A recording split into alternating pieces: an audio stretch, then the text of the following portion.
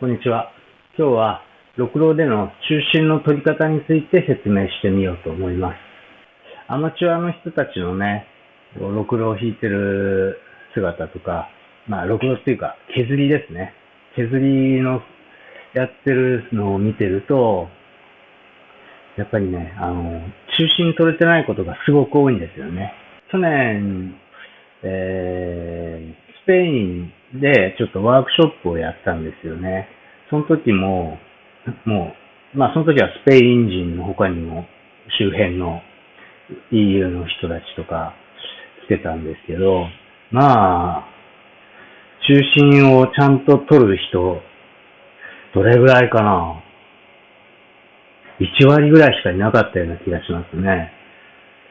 本当にそれでもね、できるからいいのかなとも思うんですけど、すごいざっくりと中心を取るんですね。なんとなく置いて。途中で諦めちゃってるんだろうなって僕は思ってるんですけど、中心がちゃんと取れてないと、当然削った時に片べりしますんで、ちゃんと削れないですね。そうすると、重たい器になっちゃったりとか、削ってても、どっか穴開いちゃったりとか、引っかかって飛んでったりとか、そういうことになりやすいです。中心の取り方っていうのも、多分、いろんなやり方があると思うんですね。スペインで見た時も、すごい面白くて、ちょっと真似もできないんだけど、いろんなやり方やってる人がいるんですね。で、ああ、なるほどって、そういうやり方もあるのか、とか思ってすごい感心したんですよね。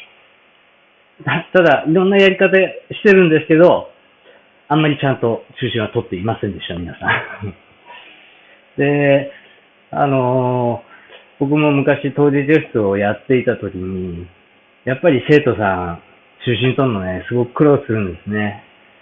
YouTube なんかでもね、中心の取り方を説明してる動画を見たことあんまりないけど、ちょっとあると思うんですよ。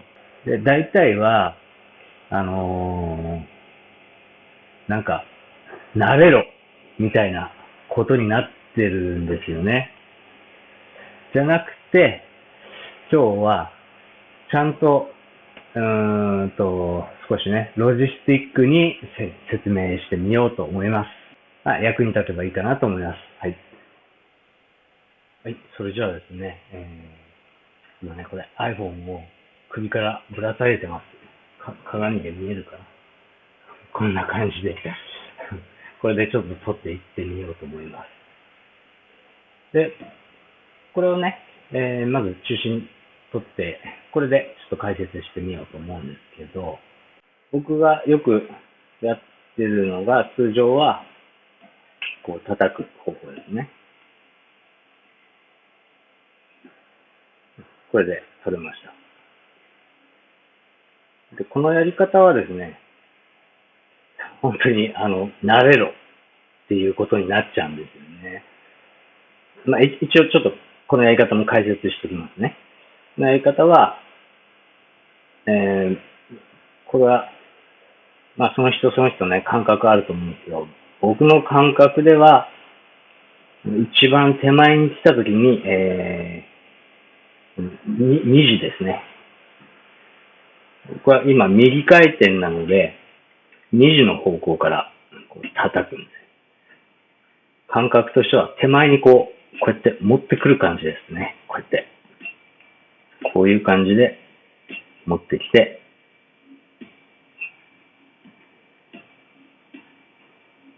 中心を取っていきます。こんな感じですね。これ逆回転の人は、左から、10時ぐらいの方向から叩けばいいと思いますね。で、これは本当にもう感覚的なので、練習、慣れるしかないんですよね。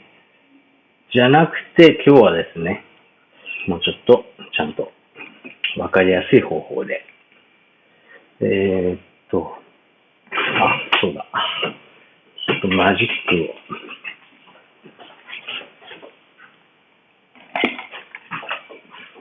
マジックを使いましょう。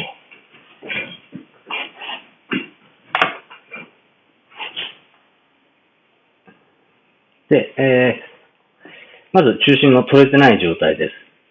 この状態で指を固定しましょう。で、当たるところありますね。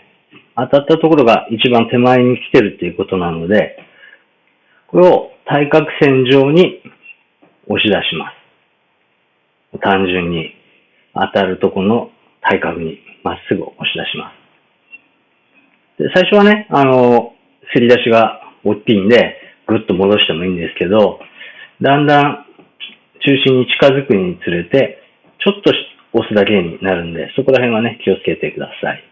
で、また、はい、当たる、見えづらいかな。マジックでわかりやすいようにやりますね。当たる、当たる、当たる、当たる、当たる。そしたら、この当たってるところ、線のついてるところ、これを反対側に押していきます。で、また、当たる、当たる。当たったところを反対側に押していきます。で、この時に、本当にちょっとずつです。本当にちょっとずつ押していかないと、逆に向こう側にせり出してしまいますので、これを繰り返します。また、当たる、当たる、当たる。今、線がここからここまであるんで、その真ん中、ここですね。こう、ほんのもう1ミリ、2ミリですね。はい。これで中心が取れました。これで、今はペンで印をつけたので分かりやすいんですけど、実際粘土でやるときは、もちろんマジック使ってもいいと思います。粘土にね、マジックとかでつけてもいいし、針で傷つけてもいいです。でもね、いちいちそれもめんどくさいので、ここは指で当たる、当たる、当たる、当たるところでちゃんと止めて、それを反対側に押す。で、また、当たる、当たる、当たる、押す。当たる、当たる、当たる、押す。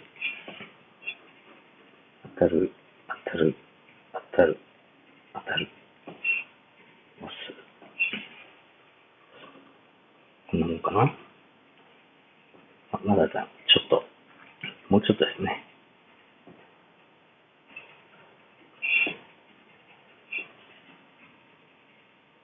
はい、これで中心取れました。こういう感じで、当たるところを反対側に押していく。当たったところを対角に押していく。もう、ただそれだけです。はい。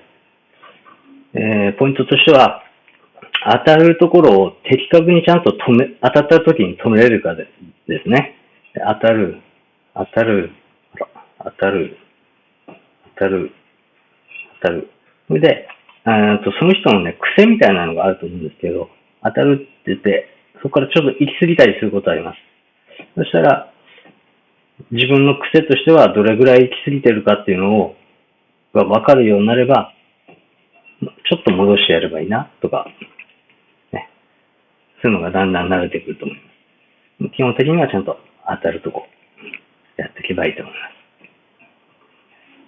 ただこれはね、綺麗な丸の時はいいんですけど、これがあんまり綺麗じゃない丸の時とかはまた、ちょっとね、難儀するんですけど、あと口が、例えば、こういうもので、口がまっすぐじゃない時ですね。口が水平になってなければ、立った時に斜めになっちゃったりするので、そういう時どうするかっていうのも、今度ね、また説明していこうと思います。